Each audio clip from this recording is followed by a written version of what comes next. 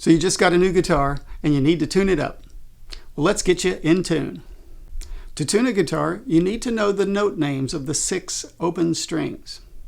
The 6th string, which is the thickest string and the highest one in the air here, is E. The 5th string is A. 4th string is D. 3rd string is G. 2nd string is B. 1st string is E. So the 6th string was E, and the 1st string is also E, but it's much higher. It's 2 octaves higher. Now, there are some silly acronyms you can use to memorize the open string note names. One that I've heard is eat at Denny's, get bad eggs. I actually never used those types of devices to learn the guitar, but some people may find that helpful.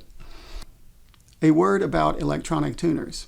Today I'm using my trusty old Korg chromatic tuner. I've had this for many years. It's inexpensive and very accurate. It's a chromatic tuner, which means it can sense and display any note in the chromatic scale, which is A, B, C, D, E, F, G, and the sharps and flats that exist between those notes. You may purchase a similar tuner that is just a guitar tuner, and it will only display the 6 notes that match the open strings on the guitar. There are also clip-on tuners that attach to the headstock. Snark and other brands are out there. They're very good too. They tune by sensing the vibration in the wood. I don't have one of those, but I've seen them in use, and they do appear to be very reliable. Besides purchasing an electronic tuner, you could also just download an app for your phone. I prefer not to get my phone involved in my guitar practice, so I stick to using my old Korg tuner. One other thing that's important to mention, if you purchase a tuner that has calibration buttons on it, like my Korg here, the display shows a reference frequency of 440 Hertz. And that's what you want to keep your tuner set to.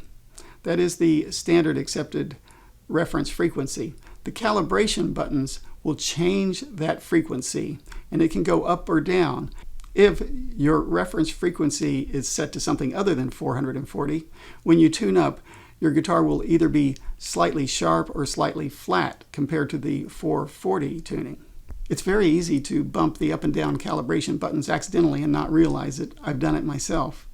Okay, let's tune up. It is always best on the guitar to start with the strings slightly slack, a little flat from their proper pitch. So I'm going to back my strings off a little bit and then tune up, and you can see how I do it.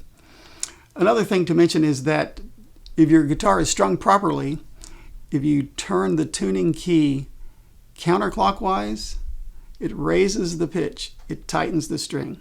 If you turn your tuning machine clockwise, it lowers the pitch and slackens the string.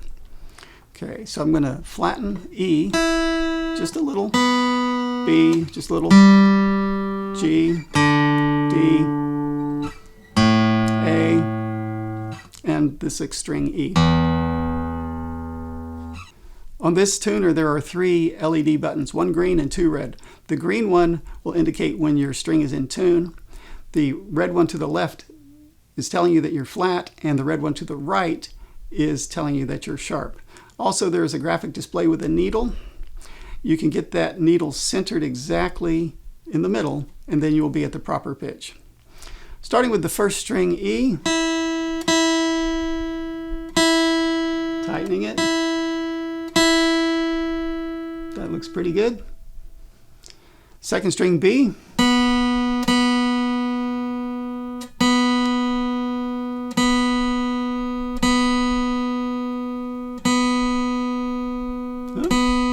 Sharp there.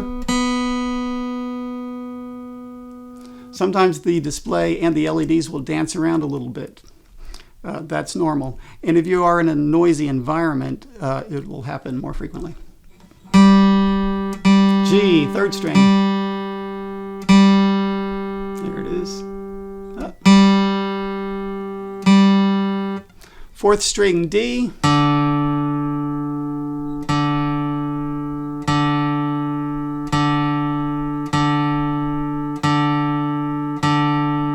5th string A,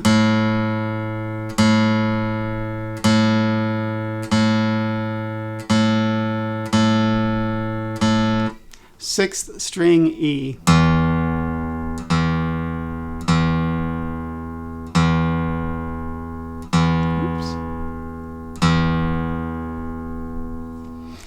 Give a chord a strum, and it should sound pretty good. If you've had to tune all 6 strings, it's a good idea to go back and start over just to make sure nothing slipped or moved. So I'll recheck each string. E, 1st string. And another thing I should mention right here is as you're tuning, when you strike a string, you only want 1 string to ring out. So you can take this hand and lay it across the other strings. I'm going to start with the 1st string, picking the 1st string. I can lay this hand across the 5 strings above it so that only that 1st string E rings out. If you don't do this, if you don't mute the other strings, this is what can happen. I can hit the E string. If I stop the E string, you still hear a note ringing, and that's a sympathetic harmonic ringing out on one of the other strings, and that can confuse the tuner. So 1 string only. Stop the other strings from making any sound at all as you tune. 1st string E. Appear to be pretty good. 2nd string B.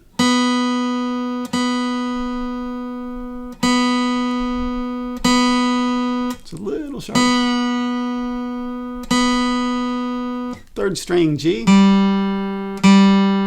That's good. 4th string D. 5th string A. It's also a little sharp. Well, no, it's not. That's good. 6th string E.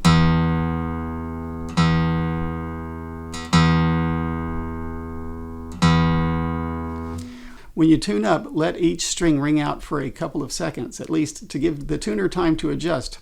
Also, when you strike the string with a pick, that initial attack can make the frequency jump around, go a little sharp, and so the string itself has to settle down to its natural frequency. So give it at least a couple of seconds to make sure everything is settled down and that you can get a steady reading on the tuner. Tuning the guitar takes a little patience, and some beginners don't like to spend much time on this. But it really pays off. Be patient. Get each string to the proper pitch. You will sound better when you practice if your guitar is in tune. Thank you for watching this video today. If you are a newcomer to the guitar, then this is the channel for you. My focus here is lessons for the absolute beginner. Very simple, straightforward, and to the point. So please subscribe and come back here where you can teach yourself guitar now.